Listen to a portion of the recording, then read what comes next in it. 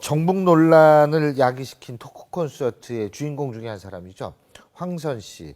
이 사람이 오늘 기자회견을 가졌습니다. 테러의 배후를 밝혀야 한다 지금 이러고 있는데요. 이 문제 그리고 또 오늘은 황선 씨의 남편도 언론의 조명을 받고 있습니다. 종합적으로 이런 문제 다뤄보겠습니다.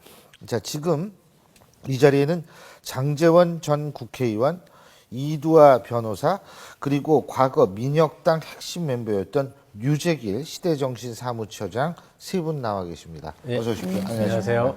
안녕하십니까. 예. 자, 그러면 오늘 이 세 분과 함께 얘기 나눌 여러 가지 주제가 있는데요. 첫 번째 주제부터 살펴보시죠. 타고난 운동가가 어디 있습니까? 탄압이 별 필요 없습니다. 중동의 원사자!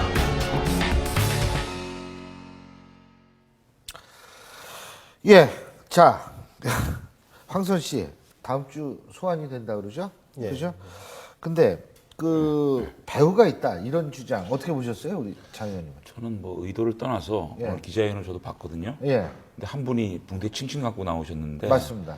그렇게 붕대 칭칭 감으신 분을 기자회견 시키는 배우인 황선 씨가 더 좀 잔인하지 않나 이렇게 봤고요. 뭐 얼굴 머리를 다 그렇죠. 이렇게 추워서 감으셨는지 뭐 아파서 감으셨는지 모르겠는데 어쨌든 황선 씨의 그 마음에 뭔가 대한민국에 대한 알지 못할 그 어떤 증오심 그런 걸로 말미암아서 뭔가 왜곡된 생각으로 어떤 자기가 대한민국이 적으로 생각하는 북한에 대해서 좀 맹목적으로 추정하는 그런 모습을 보니까 좀 개인적으로 안타까웠습니다. 어떻게 보셨어요, 이 변호사님?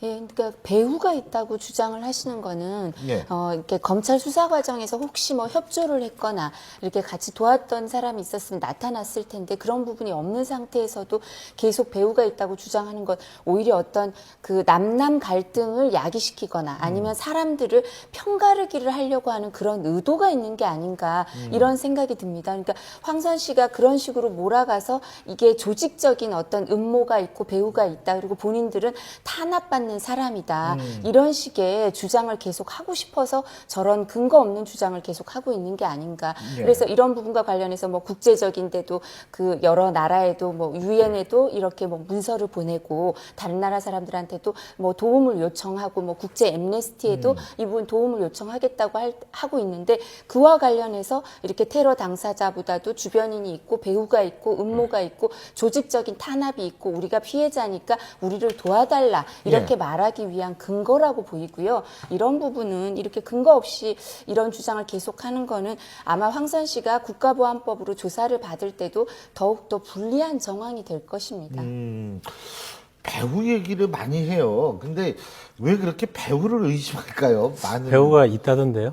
종편을 비롯한 언론사와 정북몰이라는 정치 세력 뭐 이런 사람들이 배우라던데 그런데 만약에 이 고등학생이 아닌 그런 어떤 좀 그 보수 단체의 예. 어떤 나이 든 사람이 만약에 그런 행동을 했다면 아마도 이렇게 배우 이렇게 뭐 안 갈 수도 있을 텐데 그 전라도에 있는 한 고등학생이잖아요. 예. 전라도에 있는 그 한 고등학생이라는 것이 약간 충격이었을 수도 있고 그래서 예, 상당히 좀 창피한 거죠. 고등학생을 상대로 해서 싸운다는 게. 그러니까 뭔가 뒤에 배우가 있어야 예.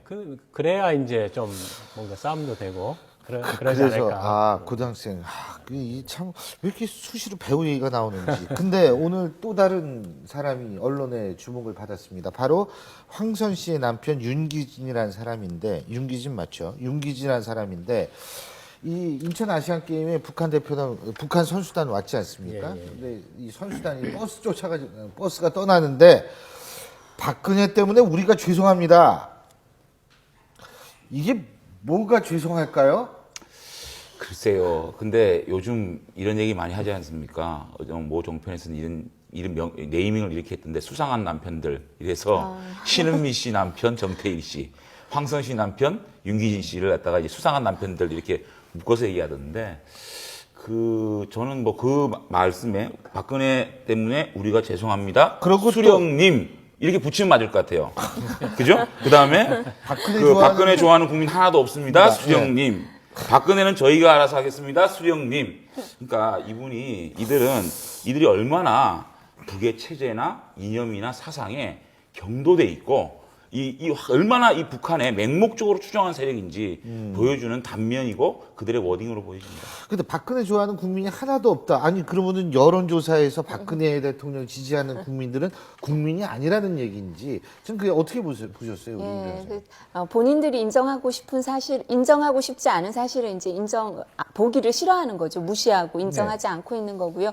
그리고 이렇게 말씀을 하시는 게 사실은 그 신은미 씨인가요? 탈북자의 80~90%는 다시 북한으로 돌아가고 싶다는 그 발언 때문에 지금 탈북자들이 명예훼손으로 고소 고발을 해서 또 조사를 받고 있거든요. 그러니까 이분도 사실 이런 말씀을 뭐 그렇게 아무도 없다, 뭐 80~90%는 어떻다 이런 말씀을 이렇게 단정적으로 하는 경우에는 또 수사의 대상이 될 수 있으니까 조심하셔야 합니다. 아니 근데요, 우리 유직일 시대정신 사무처장 제가 이게 직책을 자꾸 잊어먹어요. 사무처장님은 그 과거에 운동하실 때 이 남편분 아셨어요? 몰랐습니다. 모르셨어요? 모르셨네. 그 어떻게 좀 알 수가 없죠. 알 수가 세대가 달라서 그러나요? 글쎄요, 세대가 다른가? 제가 88학번이거든요. 이 사람 몇 살인지 모르겠어요. 잘 모르겠어요. 근데 좀 왜 그러냐면 예. 박근혜는 저희가 알아서 하겠습니다. 이게 무슨 얘기예요? 이게 뭘 알아서 해요?